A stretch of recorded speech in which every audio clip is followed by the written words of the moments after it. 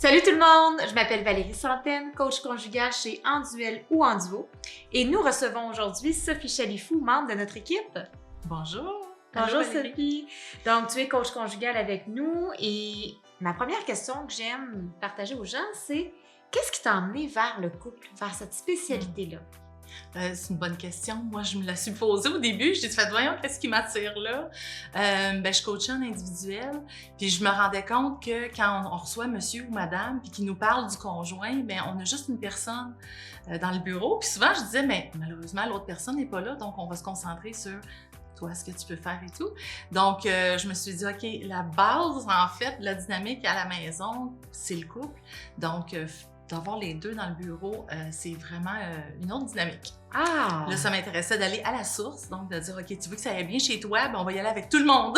Avec le couple. Et avec le couple, oui. Inévitablement, ça va affecter la famille. Exactement.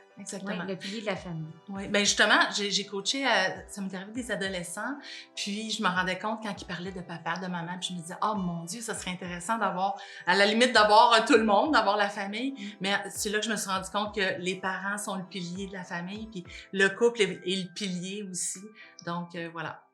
C'est vrai ça, que je disais ça souvent aussi, quand que les gens veulent parler de « je veux que l'autre change, je veux que l'autre fasse », mais l'autre n'est pas là. Exact. Donc, on peut travailler sur soi puis impacter un couple. Hein? On peut consulter en individuel pour son couple. Bien sûr, quand on a les deux et quand on peut les recevoir, c'est encore mieux. Ouais. As-tu d'autres expertises? Tu me parles d'adolescence, est-ce que c'est quelque chose que tu Oui, fais? j'aime beaucoup travailler avec les adolescents. J'ai pratiqué avec mes propres enfants.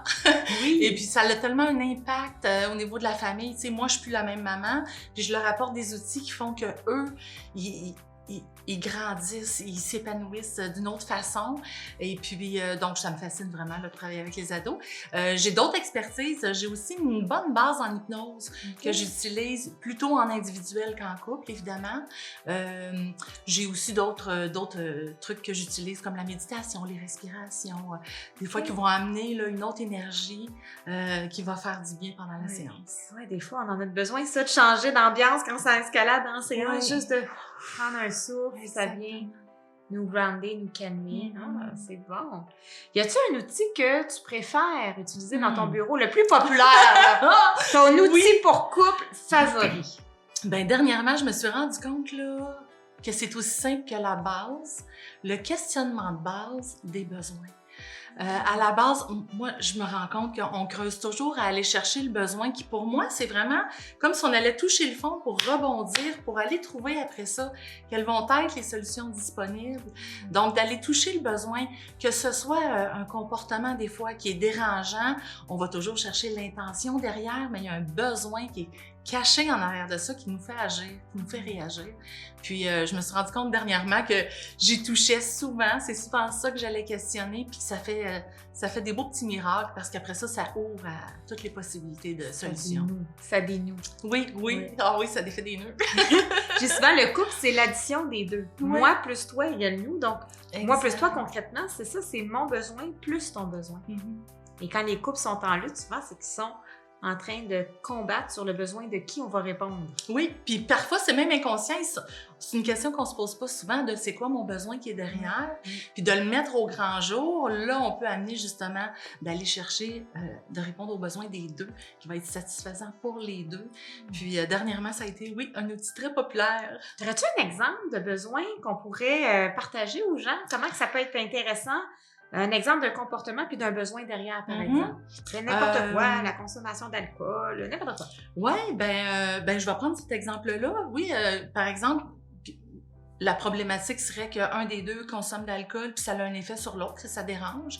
D'aller explorer justement, OK, qu'est-ce qui mène de un à la consommation? C'est quoi le besoin qui est derrière?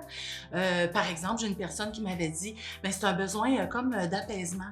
C'est comme si ça me relaxe. Quand je suis trop stressée, par exemple, ou quand on a la tête pleine en fin de journée. Donc, ça vient comme apaiser. Puis l'autre personne, ben, que ça dérangeait, en fait, ben là, je me rappelle pas exactement cette personne-là, mais j'en ai une autre en tête qui, pour elle, le comportement, c'était comme si la personne devenait différente, elle devenait plus détachée, moins présente. Donc, elle avait besoin de présence quand elle partageait un moment avec de connexion, de présence. Oui, exactement. Alors, quand tu es en consommation, tu n'es pas là avec moi, puis ça pourrait être de la boisson, de la drogue, n'importe quoi. Peu importe, oui. Et moi, j'ai besoin de connecter et l'autre a besoin d'apaisement. Exact. Et c'est là où on peut trouver des solutions. Quand on dit à double gagnant, je pense que c'est un excellent exemple sur comment on peut faire pour qu'un puisse être apaisé, apaiser le hamster, et que l'autre puisse sentir qu'il y a de la connexion. Exactement. Et là, on aurait un double gagnant. Exactement. Boum! C'est exactement ça qu'on fait chez Enduel ou Enduo. Oui. Merci beaucoup. Pour terminer, Sophie, j'aimerais savoir, c'est quoi ta citation favorite et pourquoi? Ben, j'en ai deux. J'en ai vraiment deux que j'utilise souvent.